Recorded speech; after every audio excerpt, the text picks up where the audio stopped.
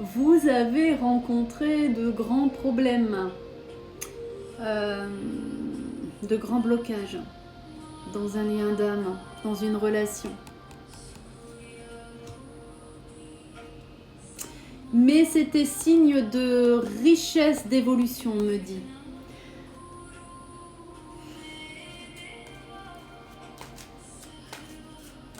Ouais, c'était pour vous faire évoluer d'une façon ou d'une autre au niveau de la guérison des traumas, au niveau de l'ego, au niveau du pardon. Ça nous parle de grandes blessures, de trahison, d'injustice, d'humiliation, en tout cas de se pardonner, mais aussi de pardonner à l'autre, de pardonner tout court. Cette relation était là vraiment pour la guérison des traumas. Une personne qui avait beaucoup de traumas en lui ou en elle. Oui, on me dit qu'il ne pouvait pas vous aimer comme vous le vouliez. Les guides me disent, on ne décide pas. On ne décide pas de comment... On ne décide pas de la force de l'amour. C'est l'amour. L'amour est intelligent, il se dirige là où vous avez besoin. Voilà ce que les guides me disent. Bon, en tout cas, il y a la libération d'un blocage chez vous et chez cette personne et au niveau du lien. Ça nous parle d'un besoin de reconnexion. Une personne qui pense très fort à vous cet été. Des souvenirs qui remontent, de la nostalgie, d'anciens messages. Une personne, oui, il y a des différences entre vous. Âge, religion, couleur de peau. En tout cas, c'est quelqu'un qui pense fort à vous.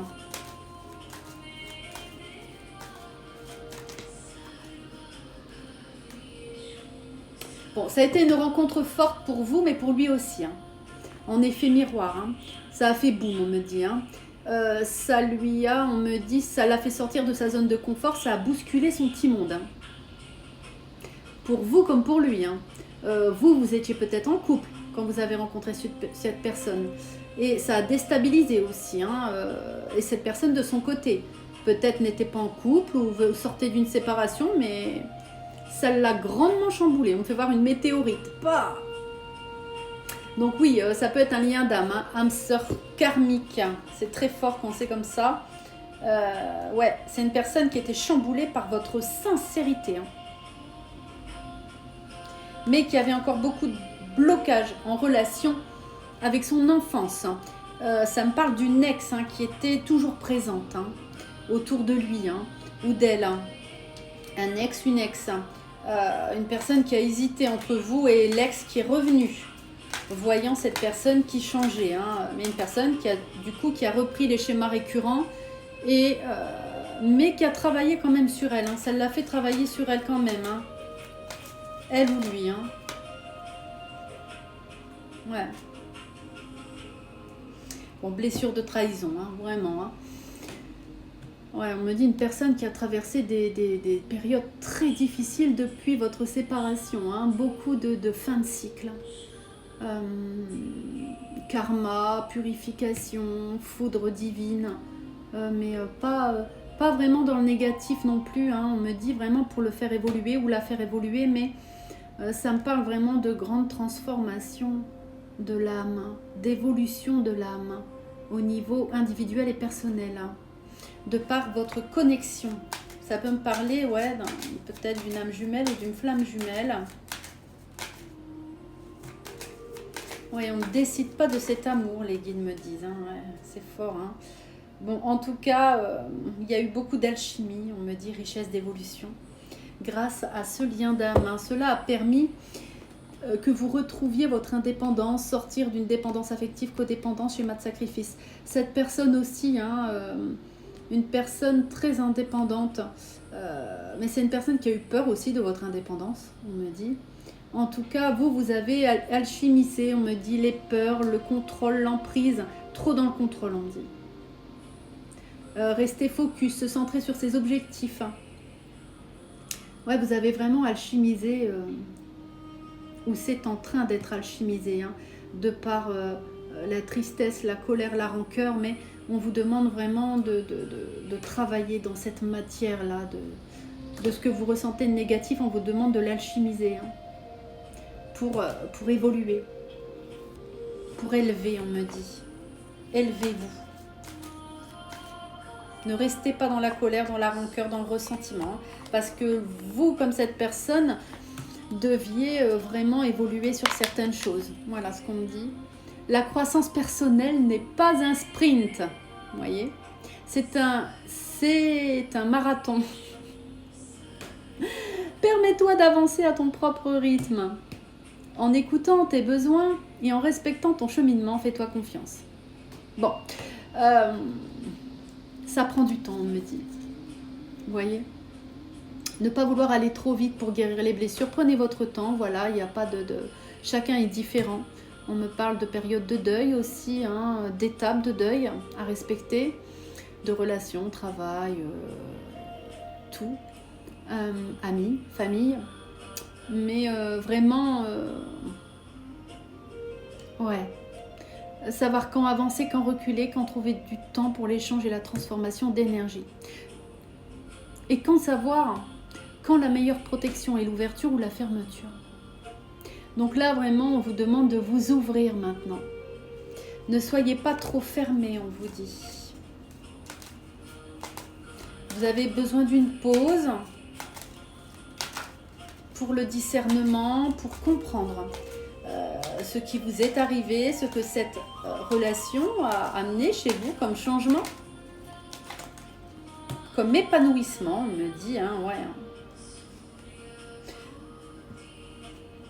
Bon, il y a eu vraiment un moment d'émerveillement, hein, que ce soit vous ou cette personne. En tout cas, quand cette personne pense à vous, voilà, c'est comme ça. C'est très doux, c'est très léger, c'est sacré, on nous dit. Malgré, voilà, que ça ne s'est pas fait comme vous vouliez que ça se fasse. Ah, on me dit, ça m'énerve.